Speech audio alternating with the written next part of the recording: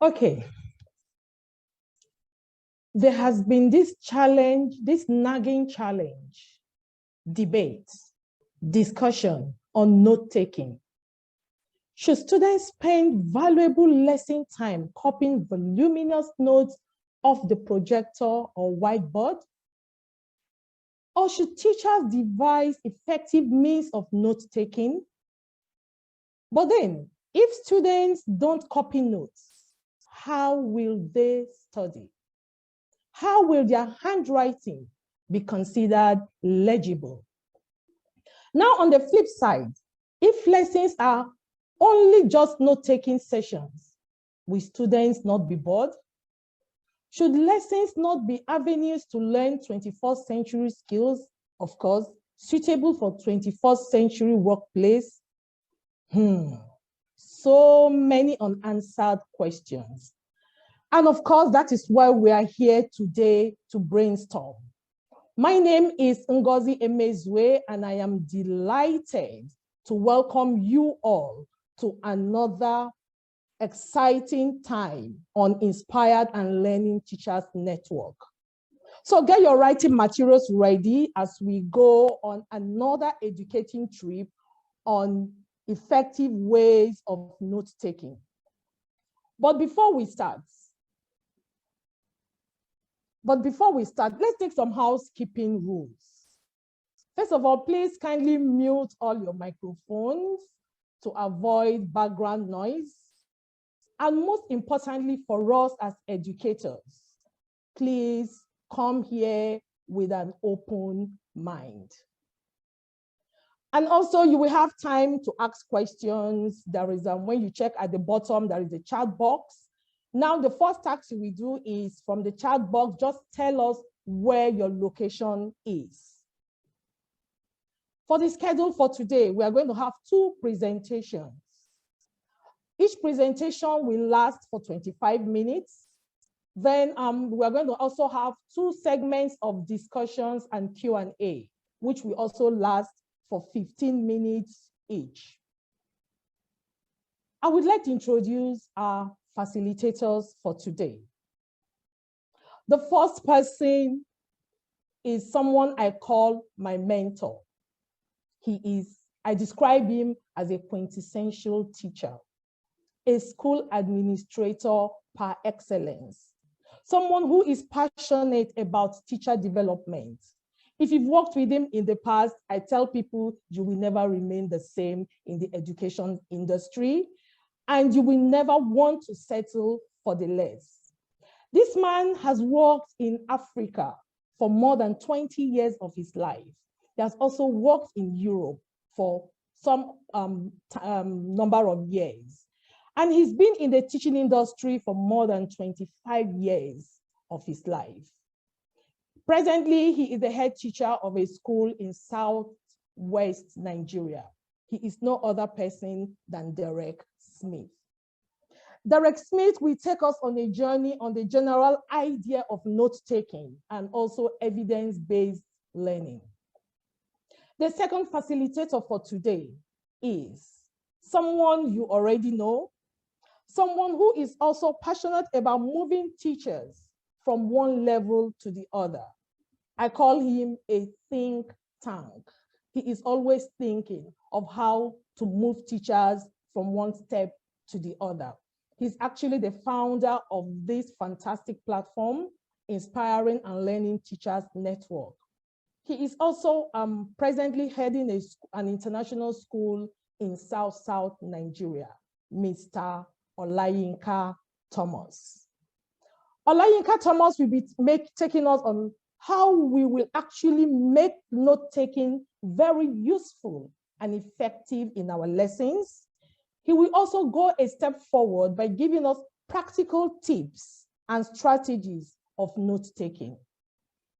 All right, let's get down to the business of the day. I would like to hand over to our first facilitator for today, Derek Smith. Hi, Derek.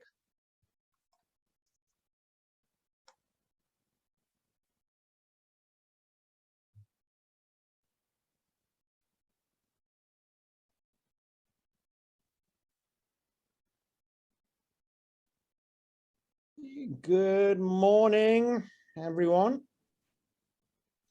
Good to see so many people here. I think someone will be managing as I see more people are still arriving, which is good to know. And good to see so many people introducing themselves in the chat. I can see lots of people that I know and also lots of people that I have perhaps not seen for some time, which is good. Okay, thank you, Mrs. Emezwe, for that interesting introduction. It worries me when people tell me that I've been in teaching for more than 25 years because it implies that I'm a very old man, but sometimes I have to live with that. Maybe I started teaching when I was only 1 or 2 years old, so I'm really only 27. So let me kick off, as I only have 25 minutes, and as I was trying to put this together, I realized that perhaps I could be spending 3 or 4 hours on this. In fact, I recall one part of this being a significant part of a master's course that I did. But what we're looking at today is really focusing on how do we make note-taking more effective. And I think that is a key title. It's not a random title. We're not actually going to talk about whether note-taking is something we do or we don't do.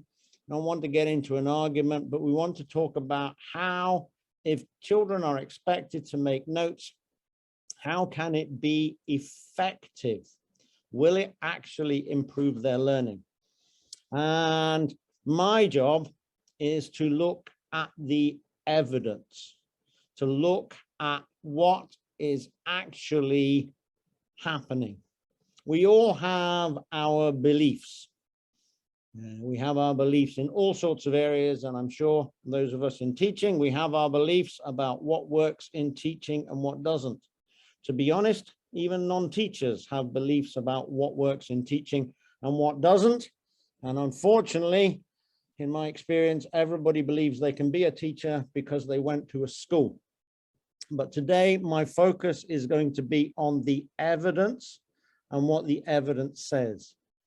So my first, that's me. We know who I am. As Mrs. Emezwe said, I'm the International School of IITA. I'm also chair of the executive committee of ASIN, the Association of International Schools. And I also sit on the governing board here of Alliance Française, quite passionate about increasing the learning of French. And I see we have some French teachers in our midst. Welcome to our French teachers. Okay, so let me give you something to think about to start with. And I'd like you to think about this as we progress through what I'm going to talk about and my talk. So my discussion here considers whether teaching is a science or an art. Is teaching a science or an art? Just think about it yourself. You might want to add a comment in the chat box if you would like to, or you can consider it and may you want to reflect on it when we get to the end of our presentation. From my point of view, I like to think that science, art, in terms of teaching, we are both. I do think that everything that we do should be grounded in theory. In the same way that scientists look and investigate what works, what doesn't work, and take time, we should also be doing that. But once we have the theory, once we have the evidence, then I think it's up to us to be creative in how we deliver our lessons. So to me, it's both. I'm not saying everybody believes that, but to me, it is both. So in my session, which is about 25 minutes, I have 3 areas that I'm going to look at. The 3 areas I plan to look at is 1, around what evidence-based practice is. What does evidence-based practice mean? and some of the theory behind its use in education. This is very, very brief. You could do a whole thesis on evidence-based practice. We will have about 5 to 7 minutes. Then we'll have a little bit of a look at how note-taking fits into a learning strategy. Actually place it into our pedagogy. Where does it fit pedagogically?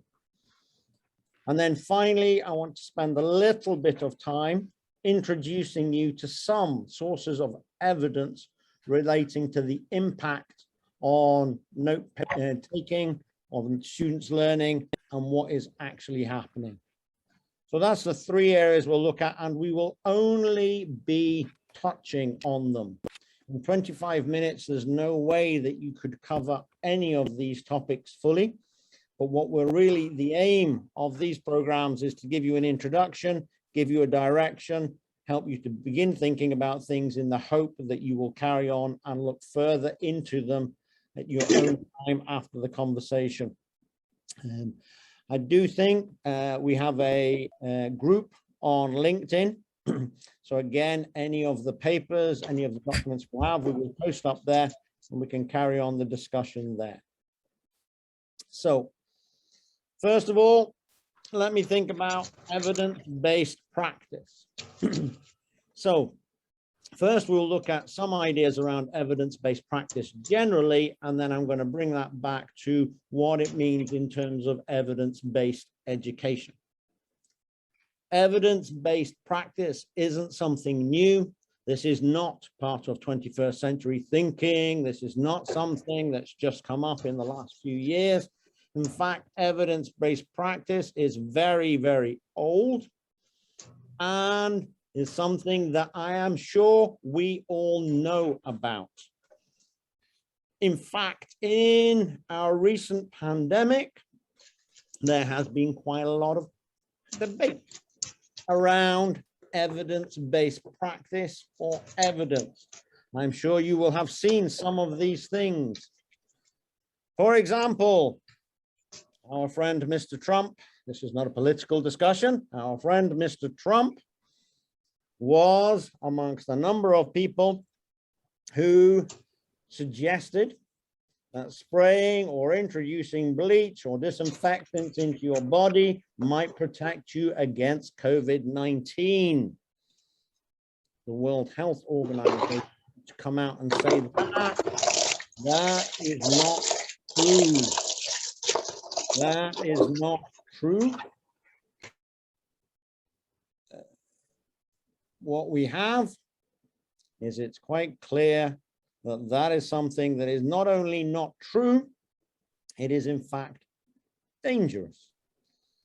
So if we don't follow the evidence, people can persuade us that things that are suggested may not be beneficial, might actually be detrimental. This is about evidence-based in medicine. But not everything that is not evidence-based is so obviously wrong. During the pandemic, there was a lot of discussion that if you took extra vitamins or minerals and things, that they would cure COVID. Again, there was absolutely no evidence for this. Now, clearly, taking vitamins is not bad for you. It's not the same as drinking bleach. But there's no evidence that this will actually make you better if you get COVID. The World Health Organization, as you can see at the bottom, World Health Organization is coordinating efforts to develop and evaluate medicines to treat COVID-19. As they were looking for vaccines, treatments for COVID-19, they need not just to create things and think, oh, that'll work, let's give it a go. They actually need to evaluate it to make sure that it's effective. And when they did, they can come out with statements like this. Vaccine efficacy is calculated in clinical trials. They do trials. They have a placebo group. They